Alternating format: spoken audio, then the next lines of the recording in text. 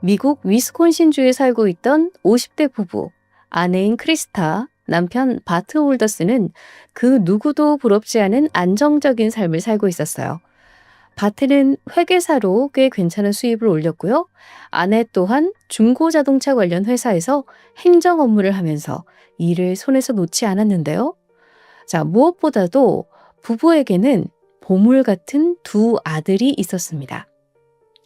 첫째인 미첼은 기술 분야에 종사하고 있었는데 곧 결혼을 앞두고 있었고요. 둘째인 23살 챈들러는 아주 똑똑한 편이었어요. 메디슨 대학에서 IT를 전공하면서 동시에 보험회사의 인턴십까지 성공적으로 수료를 합니다. 심지어 현 시점에 가장 각광받고 있는 우주 탐사 회사인 스페이스 X에 취직을 앞두고 있었어요. 워낙 성적이 좋아서 졸업하기도 전에 회사에서 이미 스카웃을 한 거죠. 홀더슨 부부는 훌륭하게 자란 두 아들을 무척이나 자랑스러워했고요. 그야말로 인생의 보물처럼 여기는데요. 하지만 지난 2021년 이들 가족에게 상상도 못했던 처참한 비극이 찾아옵니다. 안녕하세요. 토요미스테리 서율입니다. 2021년 7월 2일 금요일 아침, 크리스타는 그날 회사의 모습을 보이지 않았습니다. 같은 직장 동료이자 친구였던 다니엘은 크리스타를 몇 년을 알고 지냈지만 한 번도 이런 적이 없어서 다소 의아해했죠. 수차례 문자를 보내고 전화를 걸어도 좀처럼 응답이 없더라고요.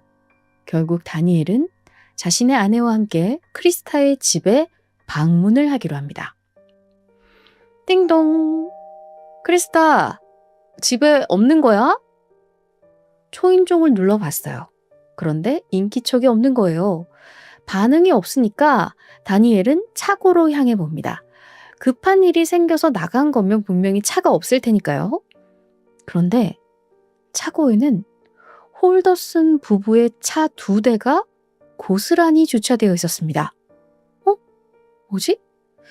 어쨌든 여기까지 확인하고 돌아가려는 찰나에 한 남성이 옆문으로 나오는 걸 발견합니다.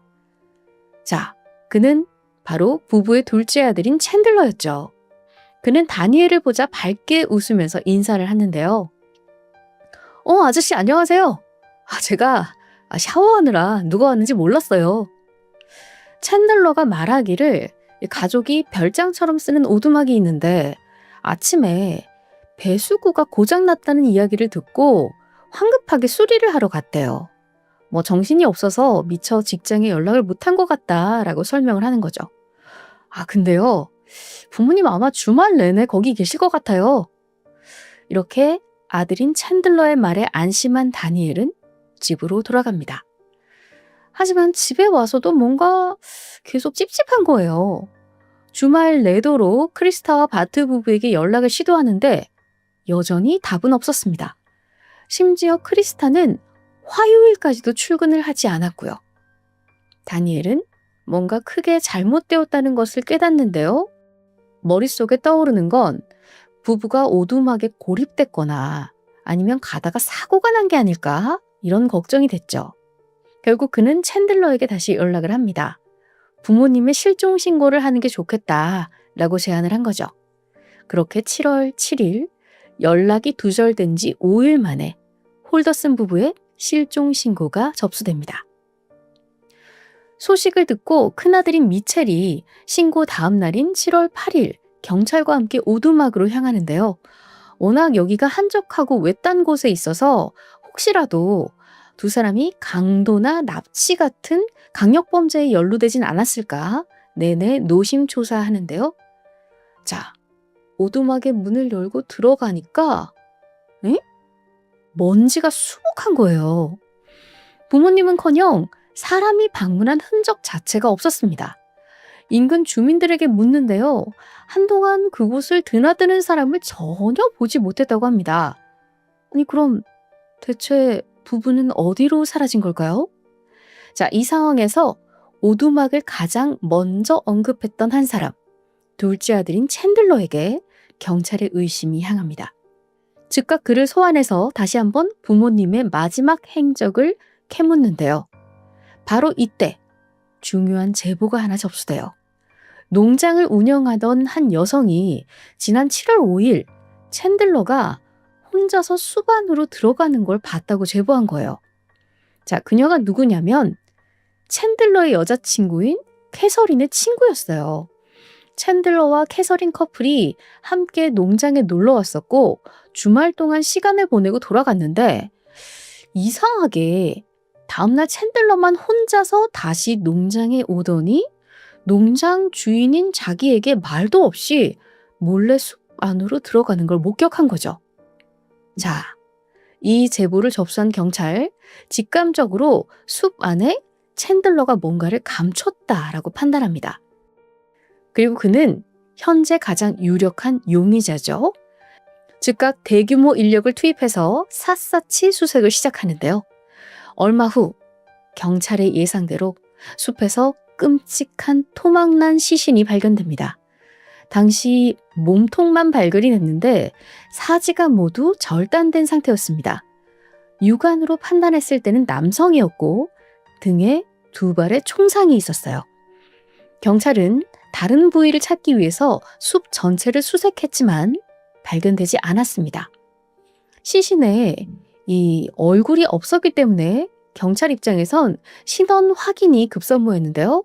자, 일단 DNA를 보내고 검사 결과를 기다리는데 사실상 수사관들은 이미 이 시신이 바트일 거라고 확신하고 있었죠. 한편 농장 일대를 수색하던 경찰, 녹슨 드럼통 하나를 발견합니다. 그 안에 시신을 절단할 때 사용된 것으로 보이는 톱과 가위가 들어있었는데 흉기에 묻은 혈흔을 검사해보니 아주 놀라운 결과가 나와요. 바로 바트와 크리스타의 혈흔이었던 거죠.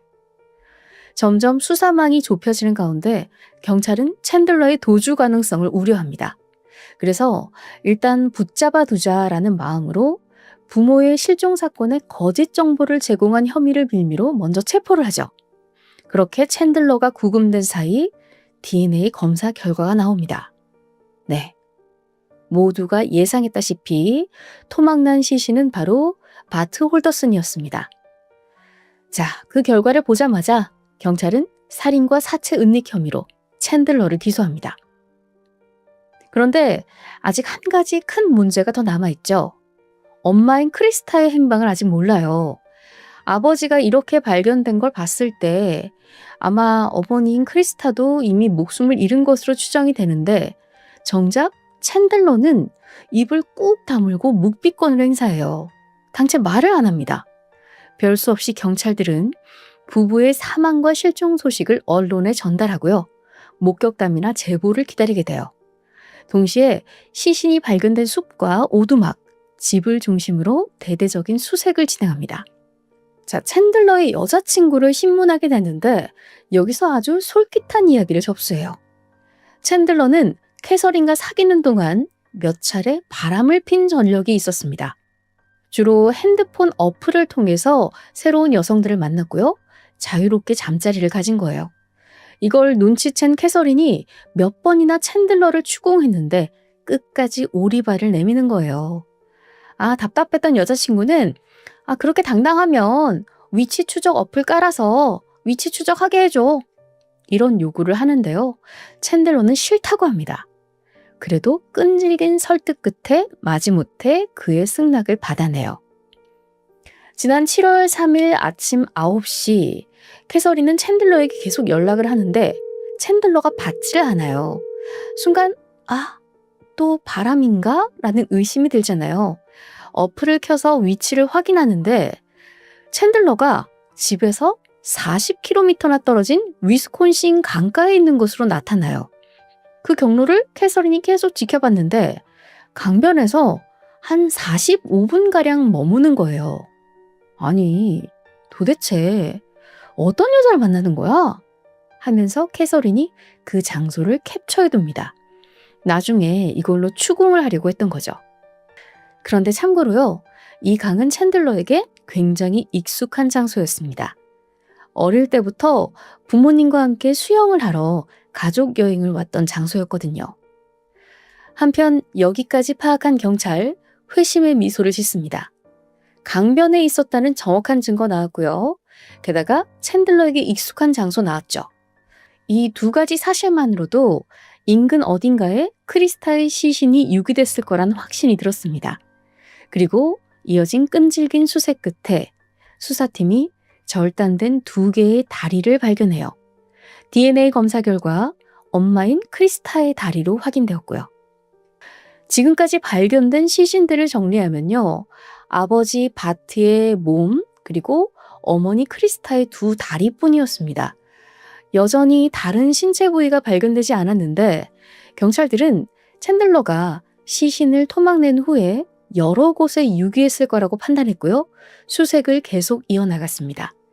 챈들러가 자주 가던 식당, 주유소 주변, 친구 집 근처, 정말 이곳저곳을 다 샅샅이 뒤졌어요. 그런데도 여전히 갈피를 못 잡고 있었죠. 그러던 중에 여기 찾았어요! 예상치 못한 곳에서 또 다른 토막 시신이 발견됩니다. 그 장소는요, 바로 홀더슨 부부의 집 벽난로 안이었어요. 추정하건대 부모를 살해한 후에 시신을 절단내고 비교적 작은 부위는 벽난로에 넣고 태운 것으로 보였습니다. 실제로 그곳에선 무릎뼈와 두개골을 포함한 200개 이상의 뼈 조각이 발견되었죠. 그렇게 챈들러가 2건의 살인 혐의로 기소됩니다. 여전히 묵묵부답 상태였고요. 더 정확히는요, 재판 직전까지도 무죄를 주장하고 있었습니다. 하지만 집안에서 유골이 나왔잖아요. 그 소식을 들은 후에 그의 심경에 변화가 생겨요. 더 버티다가는 재판에서 정말 불리할 수 있겠다라는 걸 눈치챈 거죠. 그제서야 챈들러는 진실을 털어놓기 시작합니다. 먼저 이 사진은요, 홀더슨 부부의 집 지하실 모습인데요. 아무런 흔적도 없는 듯이 깔끔해 보이는 이곳에서 불을 끄고 루미놀 용액을 뿌리자마자 푸른 빛으로 뒤덮이는 걸 볼 수 있습니다. 바로 이곳이 아들인 챈들러가 부모의 시신을 절단한 곳이었죠. 챈들러는 왜 자신을 그토록 자랑스러워했던 부모님을 살해했을까요? 그리고 심지어 토막까지 냈을까요? 앞서서 챈들러가 메디슨 대학 IT 학부에 재학 중이라고 했었죠. 남들이 부러워하는 인턴십도 하고요. 또 스페이스 X에도 취직했고요. 사실 이러한 화려한 프로필 뒤에는 아무도 모르던 비밀이 있었습니다. 챈들러가 학교에 입학을 한 건 맞는데요. 몇 년째 낙제를 벗어나지 못했고요. 결국 자퇴까지 했다는 사실이죠. 챈들러는 부모님에게 이 사실을 숨기고 싶었습니다. 동시에 학비를 빼돌릴 방법을 생각해요. 가짜 학교 이메일을 만들어서 그걸 통해서 주기적으로 등록금 고지서를 부모에게 보냅니다. 그리고 학기 말에는 훌륭한 성적이 찍힌 위조 서류를 부모에게 내밀어요. 거짓말은 점점 눈덩이처럼 불어납니다. 인턴십까지 훌륭하게 마쳤다며 모범생 연기를 제대로 했죠. 그렇게 빼돌린 등록금으로 뭘 했느냐? 차라리 사업을 했다던가 자기 발전에 썼으면 말을 안 합니다. 그 돈으로 친구들과 흥청망청 놀고요. 여자를 만나는데 모두 써버렸어요.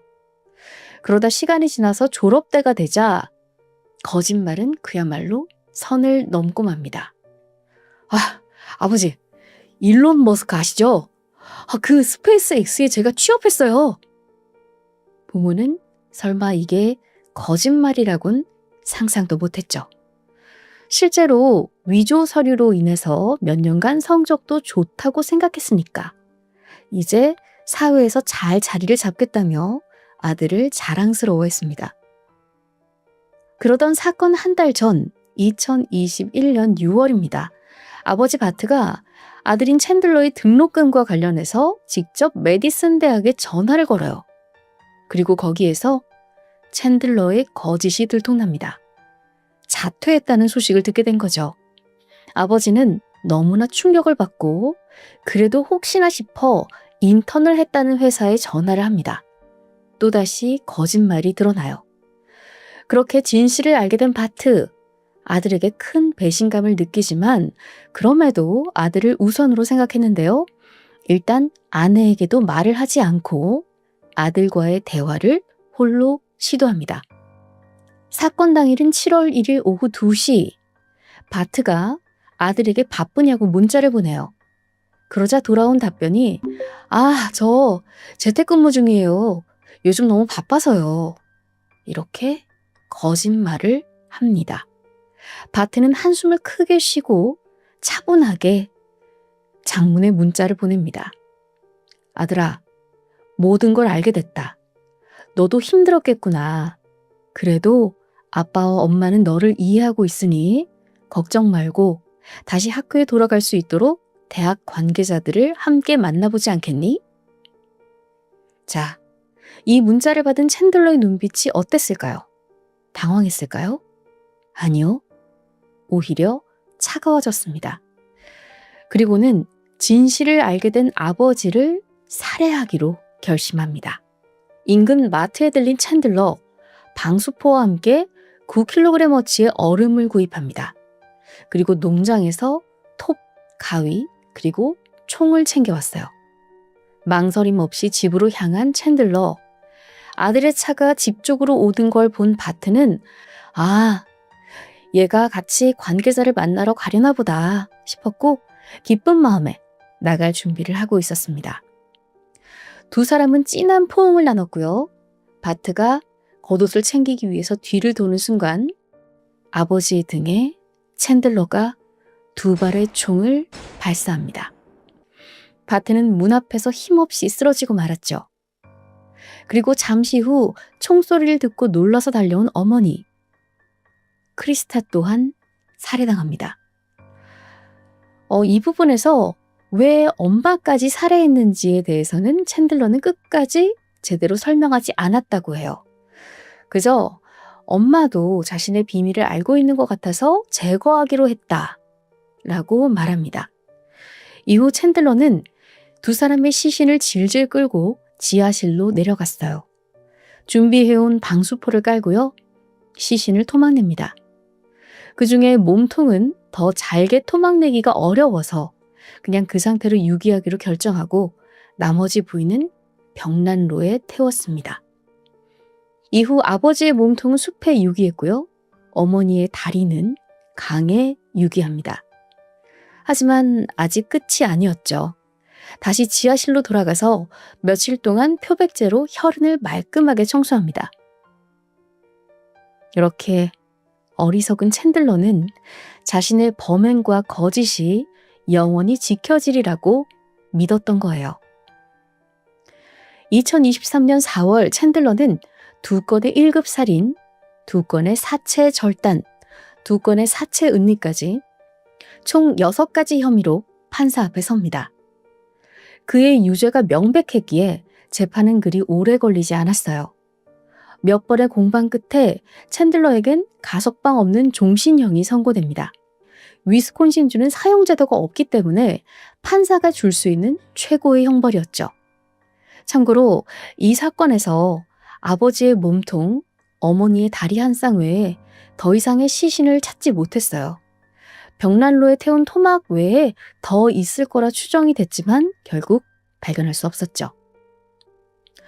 마지막으로 이 사건을 접한 사람들은 챈들러의 잔혹함에 경악을 금치 못하는 한편 차라리 그가 그냥 솔직하게 거짓말을 털어놨다면 어찌 됐을까 궁금해합니다. 여기에 대해서 유가족인 챈들러의 형인 첫째 아들 미첼은 내가 아는 우리 부모님은 분명히 챈들러의 진짜 고민을 들어주고 문제를 같이 해결했을 거라고 확신한다 라고 말했어요. 챈들러는 그런 평생의 지지자들을 한순간에 저버린 최악의 범죄자로 전락했습니다. 지금까지 토요미스테리 서율이었습니다. 안녕하세요. 토요미스테리 디바제시카입니다. 브라질 상파울루. 사실 여긴 치안이 좋지 않기로 악명이 높습니다. 소매치기에 절도, 강간, 강도 사건은 일상이고요. 하루에도 몇 건의 살인이 벌어지고 또 이 도시를 장악한 조폭들의 혈투가 계속 이어집니다. 그렇게 위험한 곳이지만 상파울로 남부에 위치한 부촌 브루클린 노브는 분위기가 사뭇 다릅니다. 기업 본사와 고급 호텔이 즐비어 있고 또 상류층이나 살 법한 대저택이 들어서 있어요. 길에 다니는 사람들만 봐도 말끔하게 차려입은 부유한 계층들이었고요. 오늘 사건의 주인공 리히토펜 가족도 그들 중 하나입니다. 이 집의 가장 49살의 만프레드, 어머니는 50세의 마리시아, 그리고 또 이 부부에게 눈에 넣어도 아프지 않을 두 아이들, 19살 딸 수잔과 15살 아들 안드레아스였죠. 이 가족은요, 보안이 철저하게 지켜지는 대저택에서 남부럽지 않은 삶을 영위하고 있었어요. 뭘 했냐 보니까 아버지는 브라질 고속도로 개발 구경회사에서 수석 엔지니어이자 이사였고요. 어머니는 정신과 의사입니다. 직업만 딱 들어도 분해가 풀풀 풍기죠. 그만큼 또 엘리트 집안이고요. 모든 게 풍요롭고 안정적이던 이 대저택에서 예상치 못한 비극이 발생합니다. 2002년 10월 30일, 그날 남동생 안드레아스는 부모님이 밤새 PC방에 가서 게임을 해도 된다라는 허락을 받게 됩니다. 누나가 대신 부모님을 잘 설득해준 덕분이었어요. 대신 부모님은 누나 수잔과 밤새 같이 있어야 된다라는 조건을 내걸었죠. 근데 사실 누나에겐 다른 계획이 있습니다. 그녀는 집을 나와서 동생을 PC방에 내려준 후에 남자친구 다니엘과 데이트를 즐기러 가요. 동생은 뭐 그러던지 말던지 게임 생각뿐이었고요. 그러다 동생 안드레아스를 데리러 다시 온 건 31일 새벽이었습니다. 누나는 여태 호텔에서 남자친구와 뜨거운 시간을 보낸 듯 했어요. 그 동생 픽업해서 세 사람은 함께 집으로 돌아갔죠. 새벽 4시, 집에 도착하자 뭔가 좀 낯선 분위기입니다. 현관문이 살짝 열려 있는 거예요. 남동생은 대수롭지 않게 엄마가 또 문 단속 안 했나 봐 이러면서 안으로 들어가는데 집안이 쎄합니다. 그도 그럴 게 거실이 어수선해요. 물건들 다 꺼내져 있고 서랍장도 열려 있고요. 불길함을 직감한 누나가 먼저 부모님을 부르면서 침실로 향했습니다. 동생도 같이 가 하면서 따라 나섰고요. 그리고 잠시 후 부모님 침실에서 너무도 충격적인 광경을 마주합니다. 아버지 만프레드는 머리에 공격을 당한 채 쓰러져 있었어요. 손 근처에는 총이 한 자루 놓여 있고요. 다른 한쪽에는 어머니 마리시아가 피투성이가 된 채 사망해 있었는데 두 사람 모두 머리에 집중 공격을 당한 듯 완전히 으깨져 있어요. 거의 형체도 알아볼 수 없을 만큼요. 이걸 본 남동생은 믿기 힘들다는 듯 막 비명을 지르면서 오열합니다. 그나마 누나 수잔이 먼저 정신을 차리고 경찰에 전화를 걸었죠. 그리고 침착하게 현재 상황을 설명합니다. 강도가 들었나 봐요. 저희 부모님이 모두 사망하셨어요. 잠시 후 현장에 도착한 경찰 또한 강도 살인이겠구나 라고 가닥을 잡게 돼요. 집안 곳곳에 뒤진 흔적이 있었고 또 현금 1,000만 원 정도가 없어졌거든요. 하지만 이내 모순적인 부분들을 발견했죠. 돈은 그렇게 가져가 놓고 왜 이 집에 있던 고가의 보석과 값나가는 전자기기는 그대로 뒀을까? 그러고 보니까 물건들이 뒤집혀 있는 모습도 어딘가 부자연스러워요. 뭐랄까 지나치게 연출된 것 같달까? 좀 더 생각해보니 이곳은 부유층들이 거주하는 곳입니다. 삼엄한 보안 장치가 있는데 그걸 뚫고 강도가 침입했다라는 것도 결코 쉽지 않은 일이죠. 그럼 단순 강도가 아니라면 이 부부에게 원한을 품은 면식범의 범행일 수도 있겠죠. 그래서 이렇게 일부러 현장을 꾸며둔 거고요. 경찰이 제일 먼저 대화를 시작한 건 남매 수잔과 안드레아스였어요. 일단 평소에 혹시 부모님과 관계가 안 좋은 그런 사람이 있는지 의심 가는 사람이 있는지 물었죠. 근데 이때 수잔의 태도에 눈길이 갔습니다. 막 공포와 두려움에 떨고 있던 남동생과 달리 수잔은 지나치게 담담한 겁니다. 사실 지금 부모가 사망했고 그 장면을 목격한 지 얼마 안 된 상황이에요. 근데 저렇게까지 차분할 수 있나? 그때부터 경찰은 수잔에게 주목을 하게 되죠. 그랬더니 사건이 벌어지고 다음 날입니다. 수잔은 집 앞마당에 있는 수영장에서 남자친구를 불러 데이트를 즐겨요. 수영장에 갈 정신이 있나요? 그리고 며칠 후에 이제 부모님 장례식이 열리는데 그게 끝나자마자 친구들 몽땅 부르더니 자신의 19번째 생일 파티를 열게 됩니다. 수잔은 부모가 사망한 후에 오히려 더 밝아 보였어요. 도저히 이해할 수 없는 행동만 하고 있죠. 근데 범인이라면 가능할 테지만요. 한편 사건 당일 수잔의 알리바이를 보면 그날 남동생 PC방에 내려줬고 남자친구와 함께 러브호텔 머물렀다라고 진술을 합니다. 그래서 경찰이 이걸 확인해 보려고 CCTV, 차량 GPS, 도로 통행 요금, 호텔의 주차장 기록까지 다 모아서 검증했어요. 보니까 실제로 호텔에 있었던 건 사실이에요. 하지만 거기에 계속 있던 건 아니었죠. 30일 밤 체크인을 마친 두 사람은 바로 호텔을 빠져나와 다시 집으로 향합니다. 그리고 다음날 새벽이 되어서야 호텔로 돌아왔어요. 이건 수잔의 진술과 지금 완전히 다르죠. 게다가 집에 머물렀던 시간은 정확하게 부부가 살해당한 시간과 일치합니다. 지금 범인의 윤곽이 점점 드러나는 듯 하는데 정말 이게 수잔과 남친이 저지른 범행일까요? 경찰은 주변인들도 예의주시했어요. 그러자 수상한 인물이 한 명 더 등장했죠. 바로 남자친구 다니엘의 친형 26살의 크리스티안 크라비뉴스였습니다. 사건 직후 보니까 그가 현금으로 거액의 오토바이 한 대를 구매했더라고요. 근데 이 가격이 일반 사람 급여를 한참 윗도는 높은 금액입니다. 그렇게 평소에 부유하게 살지 않았던 크리스티안인데 이 돈이 어디서 났을까? 현장에서 가져간 돈은 아닐까요? 이런 의심 속에서 2002년 11월 9일 경찰은 수잔과 다니엘, 크리스티안을 체포합니다. 강도 높은 신문을 했죠. 가장 먼저 입을 연 건 크리스티안이었어요.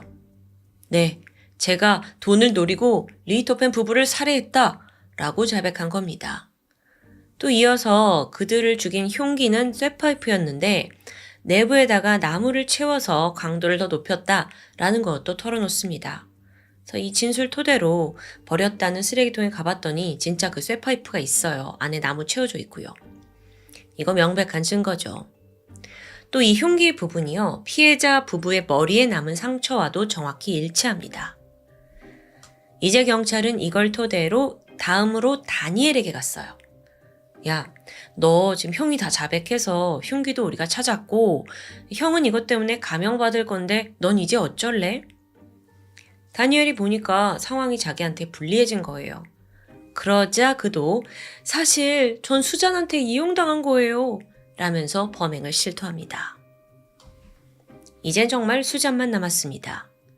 하지만 그녀의 태도는 완강해요. 그러면서 아니 형사님 어떻게 딸이 부모님을 살해해요? 전 정말 몰랐어요.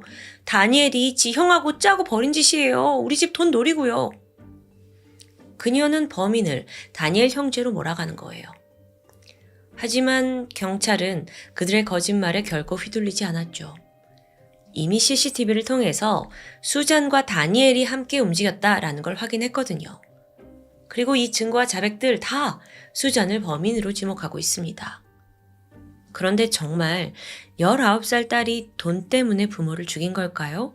아니, 원래 부자인데 그냥 용돈 타서 쓰면 안 돼요? 여기서 잠깐 리히토펜 가족에 대해서 알아보면 이들은 상파울루 상류층 중에서도 손꼽히는 재력을 자랑했습니다. 부부 명의로 된 순 자산이 550만 달러, 하나로 76억이 넘어요. 게다가 사망하기 1년 전에 아버지 만프레드가요, 자신의 비자금을 숨기기 위해 스위스 은행에 익명 계좌를 2개나 개설했더라고요.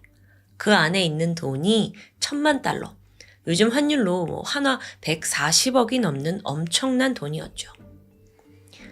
이런 재력을 과시하듯 부부의 저택도 호화롭습니다. 집안에는 방이 11개, 거실 3개, 거기에 수영장과 영화관, 도서관까지 갖춘 그야말로 대저택이에요.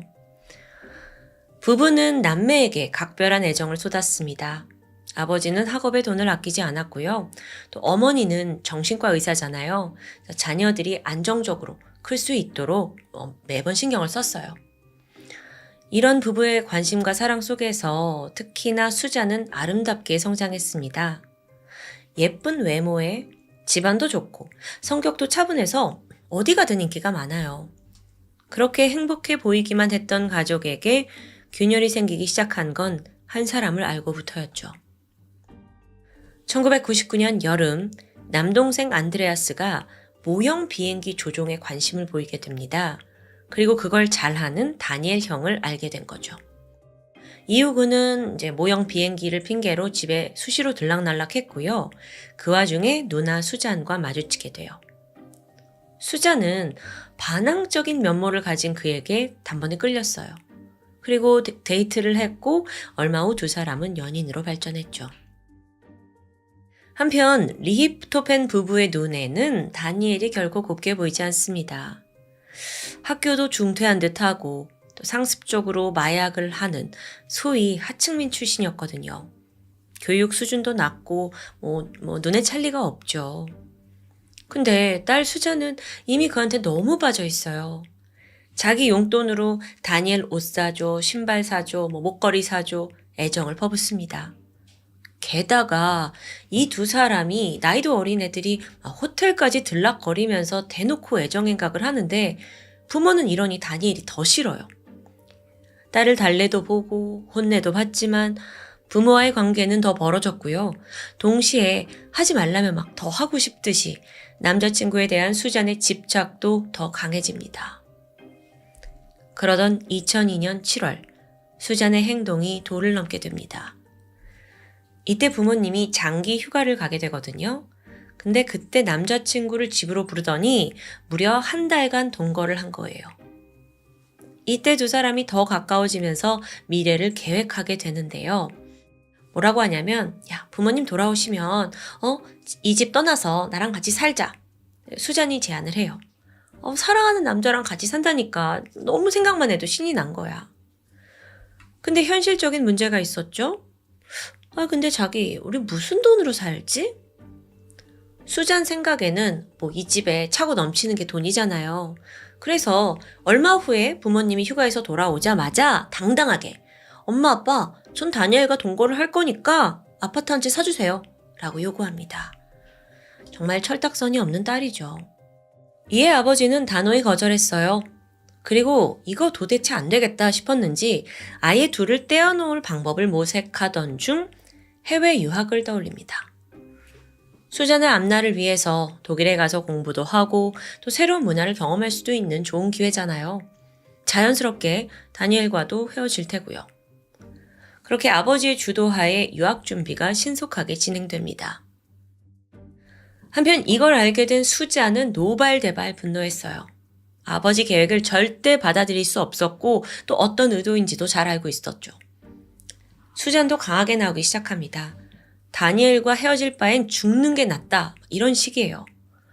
근데 또 얘가 부모의 반대가 이렇게 강하다 보니까 행여라도 너무 사랑하는 내 남자친구 다니엘을 잃을까 전전긍긍하는 모습을 보이죠.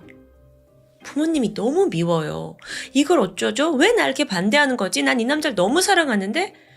그런 분노와 불안이 교차하던 중 갑자기 머리를 스치는 생각. 이 모든 건 부모님만 없어지면 다 해결되는 거 아니야? 이후에 그 막대한 재산까지 상속받는다면 그땐 정말 다니엘과 집도 구하고 마음대로 살 수 있어요. 아버지 재산 정도라면 어쩌면 평생 일 안 하고 파티만 하면서 사는 게 가능하고요. 이런 생각을 남자친구에게 털어놓습니다. 그러자 놀랍게도 그가 그거 너무 좋은데? 수잔에게 동조하죠. 특히나 다니엘은 굉장히 가난하게 살았잖아요. 그러니까 평생 자기는 꿈도 못 꿀 그 막대한 돈을 쥐고 부자처럼 살 수 있다는 생각에 가슴이 뛰었을 겁니다. 그리고 그날부터 두 사람은 부모님 어떻게 죽이지? 구체적인 계획을 세우기 시작했죠. 수잔이 여자의 몸으로 부모님을 직접 상대하고 공격하는 건 힘들 수도 있어요. 그래서 이때 다니엘의 형 크리스티안을 끌어들입니다. 이 살인에 네가 같이 이제 동조를 해주면 큰 돈을 보답하겠다 이러고요. 그렇게 세 사람은 돈이라는 목표 아래 똘똘 뭉치게 되는데요. 2002년 10월 31일 사건 당일. 수잔의 계획대로라면 이 집에는 오직 부모님만 있어야 합니다. 그래서 일부러 남동생이 근처 PC방에 가서 밤새 게임하고 시간을 보내도록 허락을 받아둬요. 또한 집을 비운 사이 자기의 알리바이를 만들어야 하잖아요. 호텔에 체크인도 해둡니다. 그렇게 만반의 준비를 마친 후 그녀는 부모님이 자고 있는 대저택으로 돌아왔습니다. 그 사이에 다니엘 형제는 얼굴에 복면 뒤집어 쓰고 장갑을 착용한 채 주변에서 대기하게 됩니다. 집으로 들어간 수잔이 먼저 모든 걸 확인하고 부엌에 가서 불을 껐다 켰다 이렇게 깜빡거려요. 그러자 이들이 행동을 개시합니다. 이게 사인이었던 거죠. 집 안으로 진입한 그들의 계획은 철저했고 목표는 오직 하나, 살인이었습니다. 형제가 부모님이 곤히 자고 있는 2층 안방으로 들어가요. 쇠파이프를 꽉 쥐고 내리치려는 순간 다니엘의 형 크리스티안이 주저합니다. 갑자기 두려움이 막 몰려오는 거예요. 사람을 진짜 죽이는 거야? 이건 아니지 않나? 그는 바로 동생에게 그만두자라고 했지만 다니엘이 단호하게 거부합니다. 그러면서 형, 우리 돌아가기엔 이미 너무 늦었어. 이후 다니엘은 아버지에게, 크리스티안은 어머니에게 다가갔고 쇠파이프로 동시에 아주 세게 두 사람의 머리를 내리쳤어요. 안면이 함몰되면서 두개골에서 피가 터져 나왔죠. 이 형제는요, 행여라도 이들이 죽지 않고 살아날까 싶어서 몇 번이고 몽둥이를 휘둘렀고 잠시 후 부부에게선 아무런 미동이 느껴지지 않았습니다. 그렇게 범행을 끝낸 형제가 1층으로 내려오니까 기다리고 있던 수잔이 담담하게 물어요. 다 했어? 이후 3인조는 수잔의 지시에 따라 일사불란하게 움직였죠. 특히 형제는 아버지 서류 가방에서 현금 1,000만 원 정도를 챙겼고요. 또 총을 일부러 시신 근처에 던져둡니다. 강도를 막으려던 아버지가 살인을 당한 것처럼 상황을 꾸며놓은 거예요.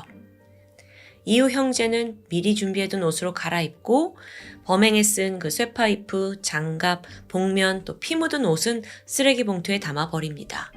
그리고 아무 일 없다는 듯 수잔과 다니엘은 다시 호텔로 돌아와요. 여기서 드디어 끝났다. 우리 부모님 죽였어. 이제 이 돈은 다 내 거야. 자축하면서 밤 수영을 즐겼죠. 잠시 후 새벽 4시 수잔이 동생을 데리고 태연하게 집으로 돌아왔습니다. 자기도 부모의 시신을 보고 놀란 척 경찰에 신고를 했지만 이후 예리한 수사관들의 촉을 피할 순 없었어요. 게다가 모든 증거와 공범의 진술까지 수잔의 죄를 입증하기에 충분한 상황입니다. 그렇게 사건이 벌어지고 나서 브라질 언론도 발빠르게 이 사건의 전말을 보도합니다. 그런데요, 여기서 기이한 현상이 발생해요. 언론에서 딱 보여지는 수잔, 예쁘고 돈 많은 그 워너비 상류층 소녀예요. 반면에 다니엘 형제는 마약을 즐기는 양아치에 교육도 제대로 못 받았다 하고 수입도 별로 없는 하층민 사람들이고요. 여기에 여론은 혹시 저 다니엘 형제가 순수한 수잔을 꼬드겨서 이거 벌어진 사건 아니야? 라는 분위기가 막 그 안에서 형성되는 겁니다. 주동자는 실제 수잔인데 오히려 형제에게 비난이 더 집중되고 있는 거죠. 그리고 이건 수잔에게 유리한 상황입니다. 그래서 즉각 수잔 측 변호사가 교묘하게 이걸 이용해요. 생각해봐라. 수잔이 뭐가 아쉬워서 부모를 죽이겠냐. 그냥 가만히만 있어도 이 돈 다 누릴 수 있고 다 자기 재산 되는 건데 수잔은 다니엘 형제에게 세뇌당했다 주장합니다. 거기에 이 형제가 얘네가 평소에 마약하는데 수잔한테 마약을 복용하도록 강요했고 판단이 흐려진 상황에서 어쩔 수 없이 살인에 동참한 것이다 라는 논리. 수잔 또한 법정에 나와서 이 사건의 진짜 피해자는 접니다 라면서 막 눈물을 보였어요. 배심원 입장에서는 이게 말을 들어보니까 좀 일리가 있어 보이거든요. 또 눈물을 보이는 이 상류층 소녀의 모습에 동정심도 잃었고요. 그런데 사이다 반전이 있습니다. 세상에나 수잔과 그녀의 변호사가 나눈 은밀한 대화 내용이 녹음 파일로 대중에 공개된 겁니다. 그 파일 안에서 변호사가 이렇게 말해요. 수잔 씨, 더 울면서 말하기 힘들다고 하세요. 정확히 지시하고 있었죠. 이 녹음이 공개되면서요, 브라질 여론은 뒤통수를 맞은 듯 했어요. 그리고 그제서야 수잔의 연기에 속은 걸 알아챘고 바로 차갑게 돌아섭니다. 수잔에게 더 이상 유리한 건 없었죠. 긴 재판 끝에 결국 법원은 수잔에게 징역 40년, 그리고 다니엘 형제에게 각각 징역 38년형을 선고합니다. 이건 수잔이 확실히 이 모든 범행을 주동했다는 게 인정된 겁니다. 이렇게 해서 재산을 노리고 끔찍한 살인을 저지른 3인조에게 마땅한 선고가 내려져요. 하지만 다소 안타까운 소식이 남아 있습니다. 수잔은 감옥에서 21년간 수감을 한 후에 지난 2023년 가석방을 승인받아 결국 세상으로 돌아왔습니다. 그러니까 원래 40년 받았는데 사실 반밖에 안 산 거예요. 현재는 작은 가게를 운영한다고 전해지는데 글쎄요, 가석방을 받았다는 건 모범수로 지냈다는 뜻이겠죠? 그럼 이제 그녀가 자신의 죄를 뉘우쳤을까요? 수잔의 상황을 좀 더 설명하자면요. 부모를 살해한 게 인정되면서 동시에 모든 상속권을 박탈당했어요. 또한 그 100억 원 이상 들어있는 스위스 익명 계좌에도 접근할 수 없고요. 그야말로 수잔은 부모도 잃고 재산도 잃고 남자친구도 잃은 겁니다. 도대체 이 살인은 무엇을 위한 것이었을까요? 한편 언급해야 할 마지막 사람이 있습니다. 누나에게 이용당한 동생 안드레아스. 부모의 죽음을 목격했고요. 게다가 범인이 누나라는 게 밝혀집니다. 그는 그대로 무너졌어요. 사실상 모든 가족을 잃게 된 상황이에요. 절망했고 그 고통에서 쉽사리 회복할 수 없었습니다. 부모님의 막대한 재산을 단독으로 상속받았지만 그에겐 아무런 의미가 없었죠. 결국 안드레아스는 심각한 트라우마에 삶을 더 이상 견뎌내지 못했고 거액의 그 상속받은 유산을 사회에 환원한 채 이후 정신병원에서 지내고 있습니다. 정말 한심하고 한심했던 누나의 살인 계획이 한순간에 이 가족의 행복을 그냥 송두리째 산산조각 냈다고 볼 수 있어요. 정말 누나 왜 그랬을까요? 지금까지 토요미스테리 디바제시카입니다.